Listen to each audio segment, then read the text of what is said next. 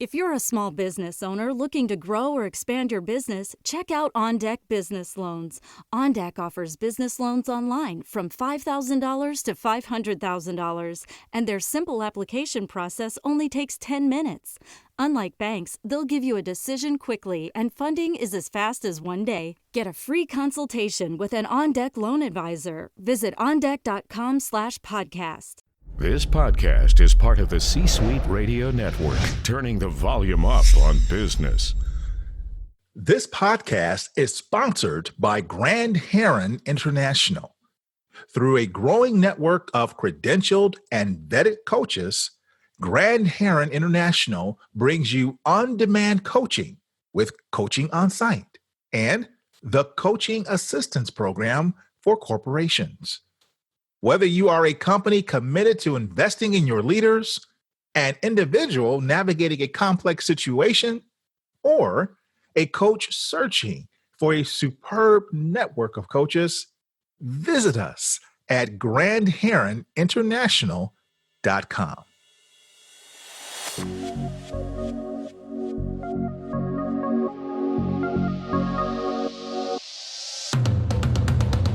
Welcome to the Keep Leading Podcast, a podcast dedicated to promoting leadership development and sharing leadership insights. Here's your host, the Leadership Accelerator, Eddie Turner. Hello, everyone. Welcome to the Keep Leading Podcast, the podcast dedicated to leadership development and insights. I'm your host, Eddie Turner, the Leadership Accelerator. I work with leaders to accelerate performance and drive impact. I'm here today with the accidental accountant, Peter Margaritis. He is the author of Improv Is No Joke, using improvisation to create positive results in leadership and life. Peter is also the author of Taking the Numb Out of Numbers, explaining and presenting financial information with confidence and clarity. Peter's mission is to have CPAs and business professionals believe that using plain English is the best way to communicate their technical knowledge. I am excited to welcome Peter Margaritis. Peter, welcome to the show. Thank you very much, Eddie. I've been looking forward to our conversation for quite a while. I have too. In fact, I should tell people how you and I met because I guess it was about 3 or 4 years ago at this point. My mentor, Bob Dean, and you are friends, and Yes. He had been on your show. And I should say you have a fantastic podcast that we want people to tune into. And Bob Dean had been on your show. And as a result, he said, hey, you need to know Peter Margaritis. He said, I think he's actually a speaker like you. And so, of course, that intrigued me when he talks about someone who's a speaker and a fellow member of the National Speakers Association, or NSA, as we always say. So you and I got connected, and later on, you had me as a guest on your show. It's one of the first podcasts I was ever on.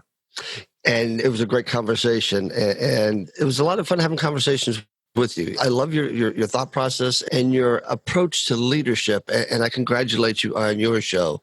I hear it's just blowing up out there. Thank you. Well, I appreciate you saying that. There's something else we now have in common, Peter. What happened in Denver? I'll let you tell everybody. Oh, in Denver, we received our certified speaking professional credential, per se, in the form of a medal that we got to walk across the stage in Denver on the main stage, and to the applause of the entire National Speakers Association members who were attending that day. And I will say to the audience, I didn't hear my clap because you're so in the moment. But I came up to you after we were all said and done. I said, Eddie, did you hear the people were clapping? How loud they were clapping for you? And you said the same thing. I didn't hear anything. I said, man, they were like cheering for you, dude. Well, you're very kind. You didn't have to say that, but no, it was something where you're kind of in the zone for that moment. You're walking across the stage, and I'm thinking, don't trip, don't do anything stupid, right? So no, I didn't hear anything. I was thinking the same thing. Walking on eggshells. And I never get nervous, but I was nervous. Yeah. I was nervous. Same here. Same here. So congratulations to you, my friend. I'm so proud of you and all that you've accomplished, and super thrilled to be able to share that with you. Oh, back at you, my friend. So you wrote a book called Improv Is No Joke, using improvisation to create positive results in leadership and in life. What motivated you to write this book? I had met a publisher, Advantage Media, by the name of Adam Whitty, and actually a colleague and I were talking about maybe co-authoring a book. But just talking with them, I wanted to get a private audience and kind of discuss the stuff that I had in my head that I couldn't get it out and put it on paper. And I've been using improv as a leadership tool for 20 plus years. And it was just the ability to sit down and talk to Adam and go through the process that I was able to get these thoughts that I had swirling around in my head for years out of my head and onto paper. And it was just something I just wanted to do. I felt that I have a very strong passion for the use of improvisation as a leadership tool. Now, those seem like opposite or contrasting ideas, right? Improvisation, many people think of that and they think of comedy. You're going to make people laugh. How does that relate to leadership? Actually, I love to make people laugh, and that's how I first got involved with improv. But when I started learning more about it, it's all about being present, being in the moment, and the ability to listen, but listening to understand versus listening to respond. And if you think about leadership, those two factors right there, just the ability to be present in the moment with your team and listening to what they're saying and absorbing it and parking your agenda and truly get what's the old school term, giving them your undivided attention. Those two pieces of leadership, I've seen a lot of it in my day, is missing. And those are the key skills in improv. So yes. So when I hear you talk about being present, I hear you talking about listening with a view to understanding, not just listening to get your next words in as the hearer. These are foundations of coaching. And as I listen to you explain that just now, and I see you unfold that in your book, I thought about that, and I didn't necessarily make the connection before that improvisation has to coaching. But I can see that. And you actually get into another aspect of the correlation between coaching and improvisation, and that is the use of yes, but versus yes, and. Can you talk about that? Yes, and is the glue. Yes, and is a way of life. Yes, and is I've got cufflinks that say yes, and I got shirts that say really? Yes. Yeah, yeah. I got custom made cufflinks that said yes, and I'm actually considering having yes, and in all seriousness, I've never had a tattoo, but I believe in it so much that I'm thinking about having a tattoo on my arm that says yes, and. Now that's serious. And I believe it so much because think about it this way.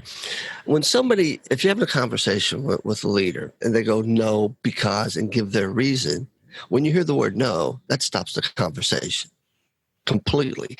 And if you're trying to have a conversation, it becomes combative.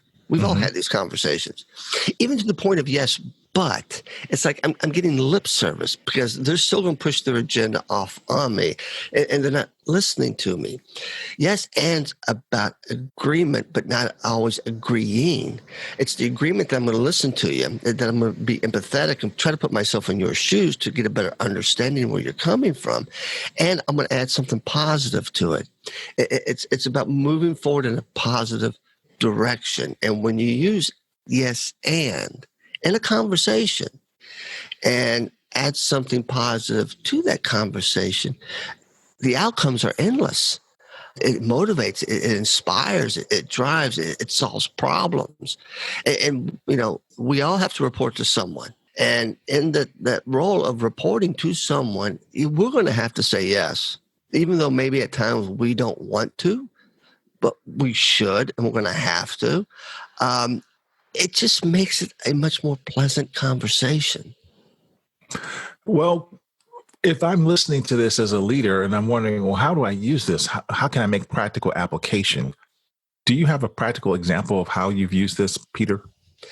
I got a better one. A gentleman who I interviewed who worked for Honda, he shared with me once that he read the book and he was observing two colleagues at work. And he could clearly tell that the leader was not listening to the person who's trying to communicate to him. And it kind of became very combative.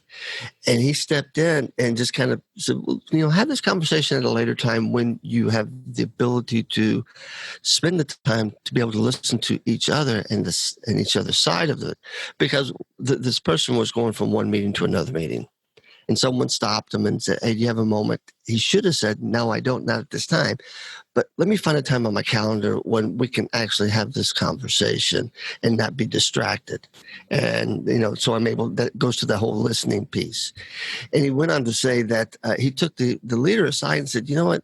Try using, you don't have to use the exact words, but the essence, the philosophy of yes and put yourself in this person's shoes and try to figure out where they're coming from. And the gentleman that he was speaking with came back to him later that day and thanked him. He said it actually did work. They were actually able to have this conversation. He goes, it was kind of hard because I'm not used to saying yes, but but it just, we have to make sure that we're agreeing with we're understanding where you're coming from. And we're trying to add on or explore and trying to find out what the whole root of the issue is. And it goes through a lot of what we're doing right here. Listening, asking questions, listening, accepting the response back, not getting defensive, asking more questions. But it's easier said than done. So you have the ability to create options and keep a door open versus slamming it shut. Is that what I hear you saying? Exactly. And you said it much more eloquently than I just rambled on. No. Well, so that's a key, right? Interesting that he said he's not used to saying yes. So kind of drawing a line in the sand, so to speak. Well, the other component of that is to be able to make that shift, you have to listen. And in your book, you talk about listening with your eyes, not just your ears. Talk about that, if you would. You also have to understand your environment, what you're in. Also, looking with your eyes, listening with your eyes, you're watching body language. You're assessing if the person you're communicating with is, one, hearing you and understanding you, or do they have that deer in the headlights look, or do they seem distracted? And that's a key piece in listening is, am I engaging my audience? Are they with me, or am I boring them and they're not hearing a word that I'm saying? And that's a key piece as well. Listening to understand if I am engaging my audience. And to do that, you can't do that just by the auditory capability of listening. You're saying we have to add the visual component. Yes, the auditory part of it, you have to have some passion behind what you're trying to say, not and try to dismiss the anger or whatever, but what you're trying to communicate to your audience and make sure that they're understanding or at least connecting with you through the visual aspect of reading their body language. So you and I are having a conversation, and we're two leaders in an organization, and you're trying to talk to me. And as you're talking, I am making notes on my mobile device. What message am I sending you? Well, the first message that probably comes out is, what's Eddie tweeting now? Or is he playing Angry Birds? Or what is he doing? So I think anytime we use mobile devices, there's always that little bit of skepticism of what they're actually doing. So if I know you and we've been working together for a while and we're having a conversation and I know that you're taking notes, I should, as that leader, just kind of slow my pace down a little bit because I see that you're trying to record what we're saying. So I need to back off on my cadence and my speed and talk a little bit slower so you can take those notes. And then we can continue the conversation. And then if you're not sure that I'm taking notes, but you're talking to me and I'm just typing on my phone and you don't know what I'm doing, I would ask you a question. whatever we're talking about, I said, Eddie, I'm sorry, did you catch that, what I said? And just see if you kind of stumble over yourself. And then ask, is there something going on? We're having a conversation, but you seem very distracted. Is everything okay? Did you just get an important text from someone that you need to leave? I completely understand. Yeah, because the idea with what you're expressing there for us is that you and I could be speaking to each other, and I am talking to you, and I say talking deliberately, right? But not necessarily listening to you because I am multitasking. And so I'm sending you a message. And if I am doing that, I am not coming across as effective as a leader as I'd like to in that moment. And I am not listening to you with my eyes, just giving you my ears. So it's important as a leader to make connections with people and to be effective, to be able to do both when possible. Right. And just so everybody in your audience understands, we are not wired to multitask. We are wired to single task. And when we multitask, whether it's, typing something on a phone, sometimes even taking notes, and this is where it becomes difficult. We miss part of the conversation. And that's that whole trying to listen to understand and being present, not getting ahead of ourselves and not thinking in the back, but being present and understanding the context of the conversation. And then at some point, when the conversation is done, is sit back and take notes and kind of recap what was said. Yes, indeed. In fact, I believe there was a Harvard Business Review article that makes that same point that you just said, Peter, and that it's not that we are truly multitasking. We're just doing multiple things and giving it smaller percentages of our attention, and thereby actually performing at a less than efficient rate than what we would ideally like to be at. So I couldn't agree with you more. Exactly. And actually, the former CEO of the Ohio Society of CPAs, anytime I went in to see him, and I was chair of the board at one point in time, this guy, he loved his toys. He loved his BlackBerry at the time. And he was, kind of a gadget kind of guy. But every time I came into his office to speak, he would walk around his desk and sit opposite of me, but to a place where he can't see his computer or his devices. So he could have that one-to-one conversation without those distractions. And I don't see that as much in corporate America as I used to, but he knew that he needed to bring his undivided attention and eliminate those distractions. I like that. No, that's true. That's a very good practice. So this is interesting as we make the connection. You're talking about the ability for improvisation with leadership, and you defined improvisation for us, but this ability to pick up things in the moment using our senses and use what's in the environment. Can you tie that together for us as to how leaders really benefit by doing that? Well, in our daily lives, they are so busy. And the workplace doesn't even resemble anything from the 70s, 80s, 90s. Technology has helped us move at a quicker pace. And the ability for us to adapt to different environments, different situations, different business decisions, that we can't be stuck on an agenda. We have to be open to other people's ideas and other people's thoughts, because you know what? The collective knowledge outside of your office far exceeds the collective knowledge inside your office. And if you think you're always right, that's called ego. And ego can get in the way of true leadership. And the ability to be adaptive, ability to say my idea might not be the right idea, but your idea is better, will only help the organization grow and adapt in this very disruptive business environment.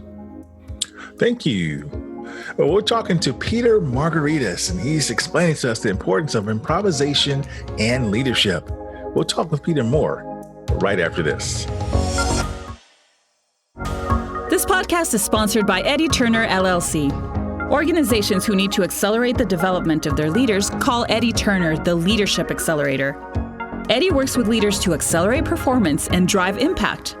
Call Eddie Turner to help your leaders one-on-one as their coach, or to inspire them as a group through the power of facilitation or a keynote address. Visit EddieTurnerLLC.com to learn more. This is Jai Vargas, CEO and founder of The Latinista, and you're listening to the Keep Leading podcast with Eddie Turner. We're back, everyone. We're talking to Peter Margaritis, the accidental accountant, and he's explaining the importance of improvisation and leadership. Now, Peter, I enjoyed that conversation before the break, but I'd like to switch gears a little bit now here as we go into the second half of the program. You wrote a second book, and it's called Taking the Numb Out of Numbers. I love that title. And your subtitle is Explaining and Presenting Financial Information with Confidence and Clarity. So tell us why you wrote this book. So don't hold this against me, Eddie. I am a CPA, but I'm not a very good one, thus the accidental accountant. But in my 20 plus years being in the accounting profession, in a variety of capacities, the one thing I've noticed and one thing I know is that when financial people try to communicate to non-financial people, they put them to sleep, they bore them to death, and it's just not a productive conversation. And it dawned on me one day that I figured out the problem is that accountants don't realize they speak a foreign language, the foreign language of business called accounting. And they need to look at that language as they would look at if they were speaking Greek, Italian, Chinese, Japanese. The person who's listening, who's receiving this information, to them it sounds like, for those who remember Charlie Brown's teacher, wah, wah, wah, wah, wah. So, but the information that the financial professional is trying to provide the non-financial is important, and they need to act on it versus, oh my God, I can't wait till this conversation's over. I'm going to go watch grass grow and have it be more exciting. And that's what led me to really start to think about writing this book. And as a presenter, and I have presented financial information, and this goes to financial information or any information when we're presenting.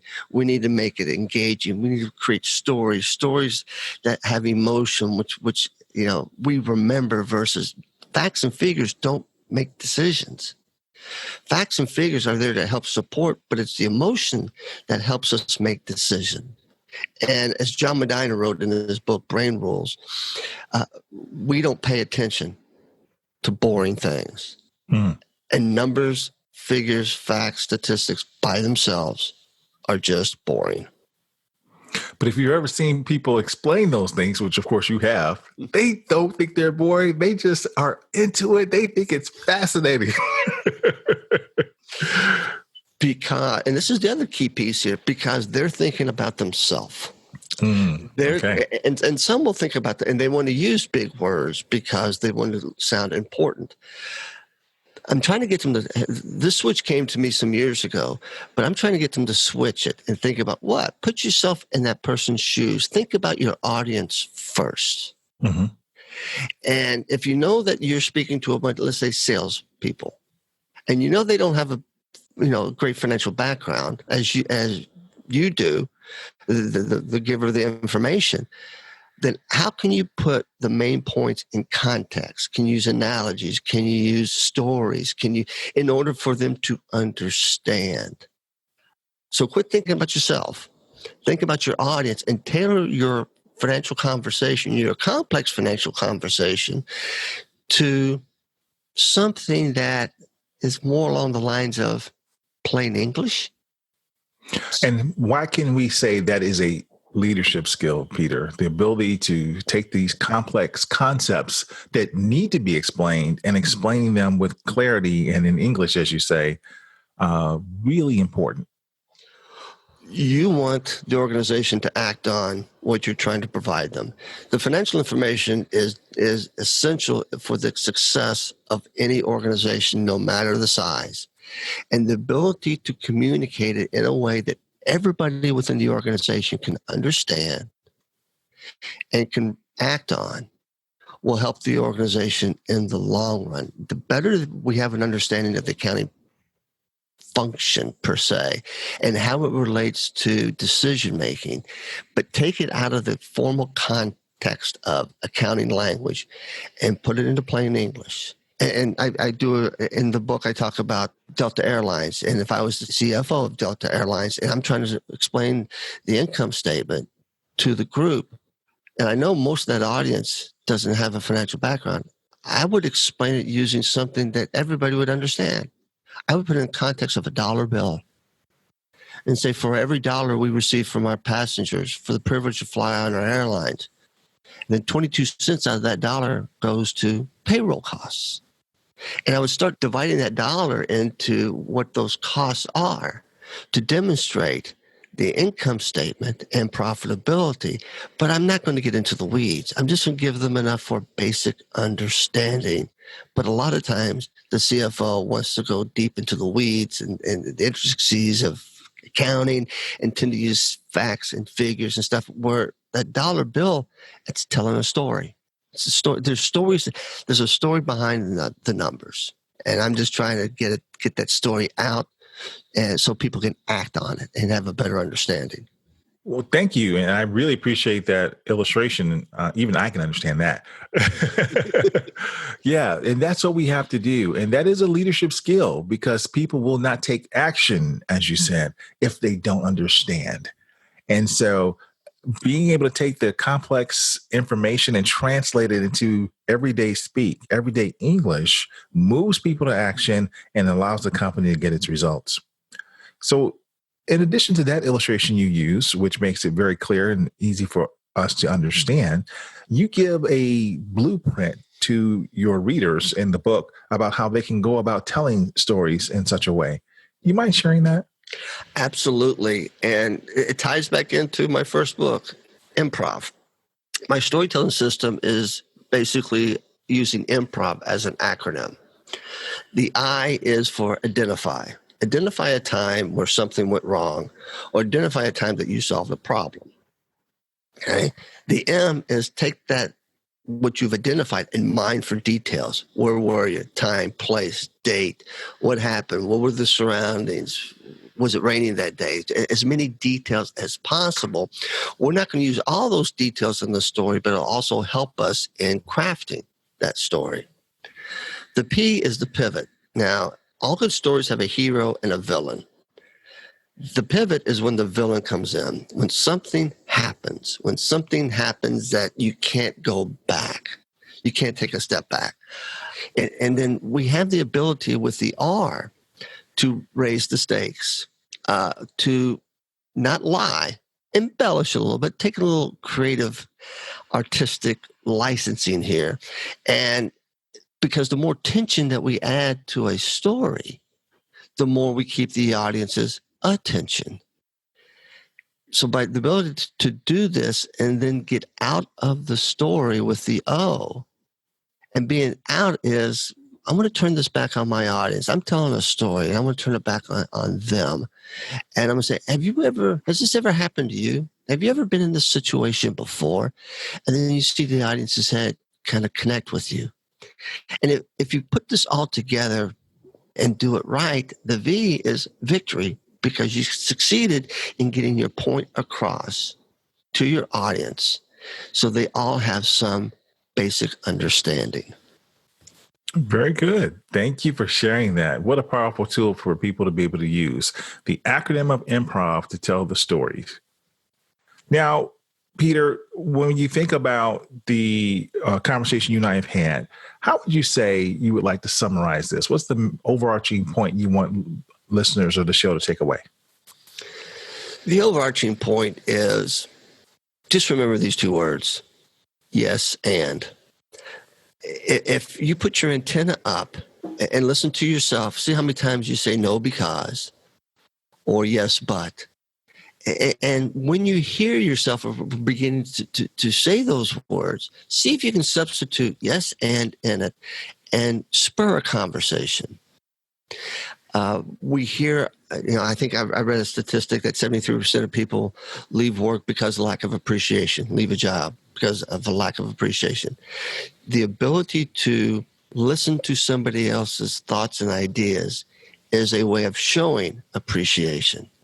So as a leader, we want to inspire, we want to motivate, we want to help build and show appreciation to our folks. Take the yes and approach. Wonderful. Thank you.